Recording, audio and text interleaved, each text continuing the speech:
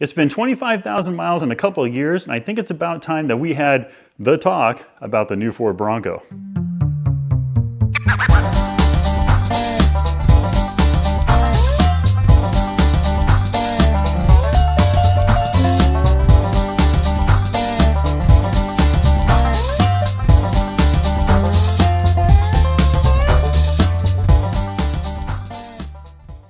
Hi, I'm Brian from Northwest Bronco. Welcome back to the channel.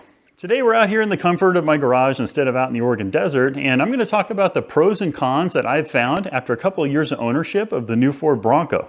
Now the pros list is going to be a little bit shorter than the cons list. The cons list is actually a little bit longer, but we're going to go ahead and cover some of those pros right now. First thing we're going to talk about is the capability of the Bronco. Now I take this out on a lot of Oregon trails, and not necessarily Moab rock crawling, but I have taken it out in the mud, on dry land. You know, I've taken it out in the snow, ice, things like that, and I gotta tell you, it's extremely capable. But I do have a front rear locker, and the only time I've had to engage the front locker is when I almost got stuck on the beach sand, and I was kind of up on a hill, and I hit that front locker, and it just walked right out of it. So I was glad I had it, because if I didn't have that front locker, I would have been stuck. Now when it comes to the sway bar disconnect on it, I do like the option. Now sway bar disconnect is not only for like Moab rock crawling, you can also use it on trail driving, because when the trails get uneven and you're going over really big boulders and stuff, it really does keep the vehicle nice and level, and it really does smooth out the ride. So all in all, I can tell you that the capability of the Bronco is there. So if you're looking for a comfortable, capable vehicle, the Bronco is going to be a good choice.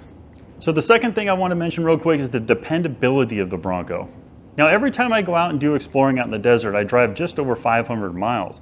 Now those 500 miles go from the city over here in Sherwood all the way up over the pass on Highway 20 into the Oregon desert, and that's about a 4.5 hour drive there and a 4.5 hour drive back. And I've had it in the freezing cold temperatures and in the extreme heat, you know, over 100 degrees, and I've never had a dependability issue with the Bronco. Now I do know that there's a lot of things on the forums about things that are breaking on the Bronco, things malfunctioning, and you got to remember that that's only a handful of problems for the thousands and thousands of Broncos that are out there. You know, everyone's going to come across some problems every now and then, and some people might get a complete lemon, but I didn't. This is one of the first ones off the line, and I got to tell you, it's been nothing but dependable. I haven't had a single hiccup in it. So when it comes to dependability, I give it 5 stars. So now we're going to talk about how much room there is in the Bronco.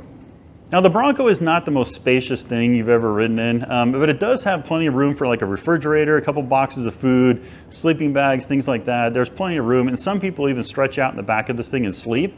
I have a rooftop tent, but when it comes to how much stuff can you haul in a Bronco, especially with all the seats down and everything, I'm going to have to say that it's more than adequate. So the next thing I want to talk about is accessories and modifications.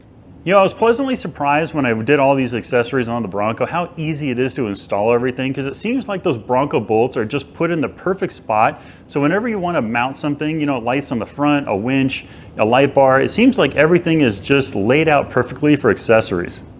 Now one thing I really enjoy about the Bronco is the pre-run wires. Now I have the front lights, winch, and I also have a light bar on top, and I gotta tell you, having those wires pre-run that go to your auxiliary switches on your ceiling inside is really a bonus, and that's something I really enjoy about the Bronco. So good job, Ford. Now, another cool feature about the Bronco, which we all know about already, is that it does have the option of the Sasquatch package.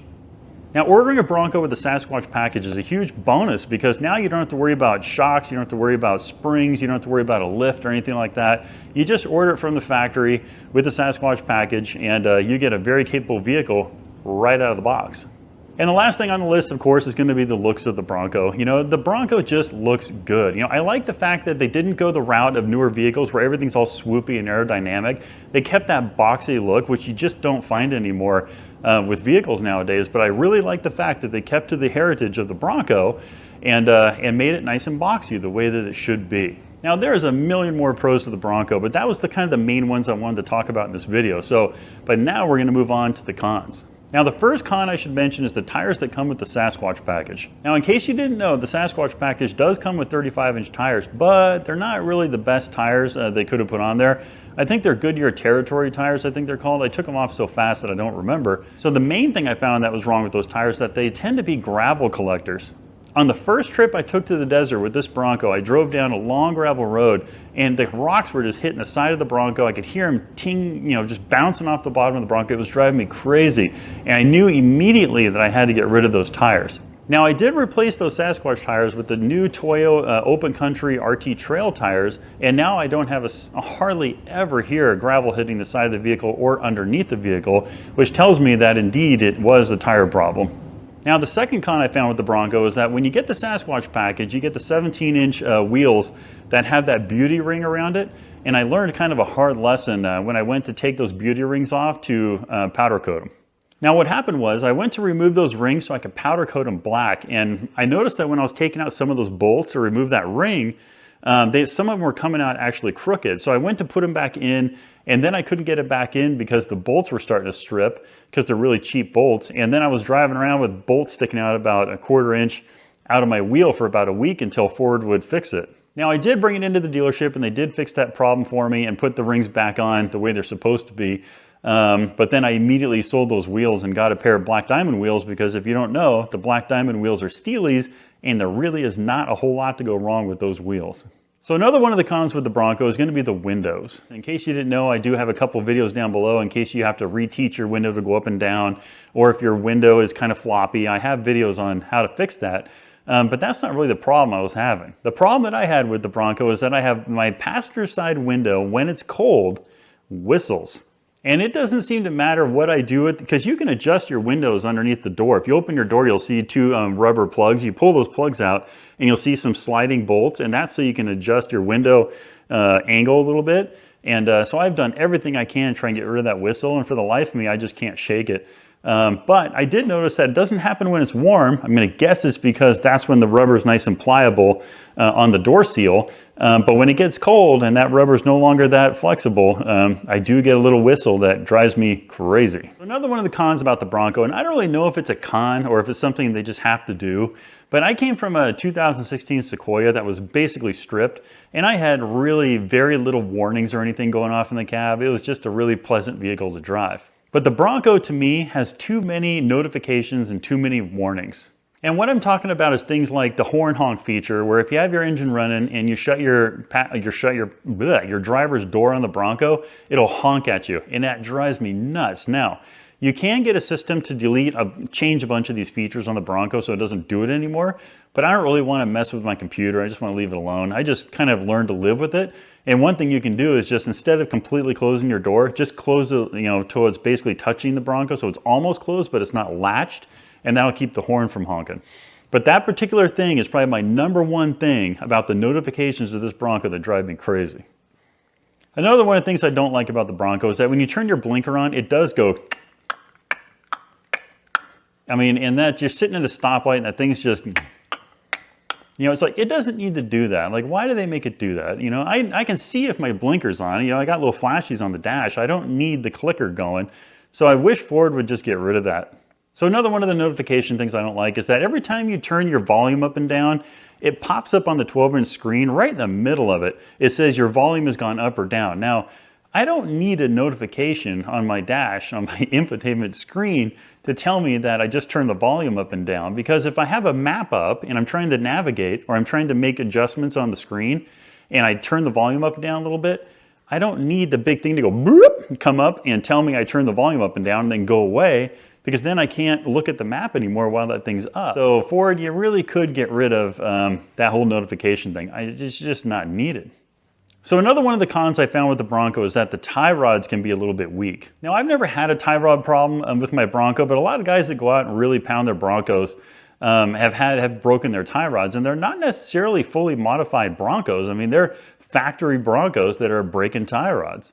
Now, I've never had a problem with mine, but it is always in the back of my head whenever I'm turning the wheel real sharp and I'm going over, articulating over some trails. I do think about it always that, I really hope I'm not going to break a tie rod right now. So that's always in the back of my head. Now, I do believe that the Broncos now or in the future are going to have upgraded tie rods, and they're going to be the same ones I believe that are on the Wild Track, so they're a little bit sturdier. And I think that Ford should do a recall on those and replace the tie rods on all Broncos from 2021 up until now. All right, the last thing that I found about the Bronco that is a con is going to be the GOAT modes. Now, all the GOAT modes work great. I've used every single GOAT mode, and I use them all the time, and they're wonderful. It sets up the Bronco perfectly to do whatever it is I have in front of me. I've never had a problem with the GOAT modes. So as you all know, I do a lot of trail driving, and with the GOAT mode, if I turn off the vehicle, get out, look at something, and get back in, it asks me, do you want to return to to the GOAT mode you had setting? So for example, normally I drive around in normal mode, but when I'm not trail driving, sometimes I'll put it, let's just say Baja mode. I'll put it in Baja mode, and then I'll stop, get out and look at something, get back in, and ask me, do you want to return to Baja mode? I think that the GOAT mode should just return itself and stay in that mode until I turn it off. So I want to be able to put it in Baja mode, shut off the car, go look at something, get back in, and it's still in Baja mode. I don't like the fact that it wants to, and if you don't respond to what it's asking you, it'll just return itself to normal again. All right, so that's all the cons I have for the Bronco. Now don't forget all those cons that I mentioned, they do have aftermarket parts and accessories and things that can fix a lot of those problems, but I just haven't done it because I spent my money on all this other stuff. Now, do I think you should go out and buy a Bronco? Absolutely. You know, it's a great vehicle. Everything I mentioned is capable, it's fun, it's roomy, you know, it's smooth on the road, you know, it's a great trail driver. You know, I would absolutely recommend the Bronco. I put quite a few miles on this thing in the last couple of years. At one point I drove it all the way from Portland, Oregon down to Phoenix, Arizona. You know, I've done, you know, multiple 500-mile trips, you know, to the desert and back. I've had nothing but great experience with it. You know, if you're looking for a really smooth driver on the road, on the pavement, the Bronco is going to be good for you. And if you're looking for a good trail driver, the Bronco is going to be great for you. You know, if you're going to go out and do any hardcore off-roading, I would probably go with Jeep. But if you're doing the things that I like to do in my videos, then the Bronco is going to be perfect for you. So that's all I got for you guys. Hopefully this video helped you out, and if it did, please give it a like, maybe subscribe for more Bronco content, and we will see you next time.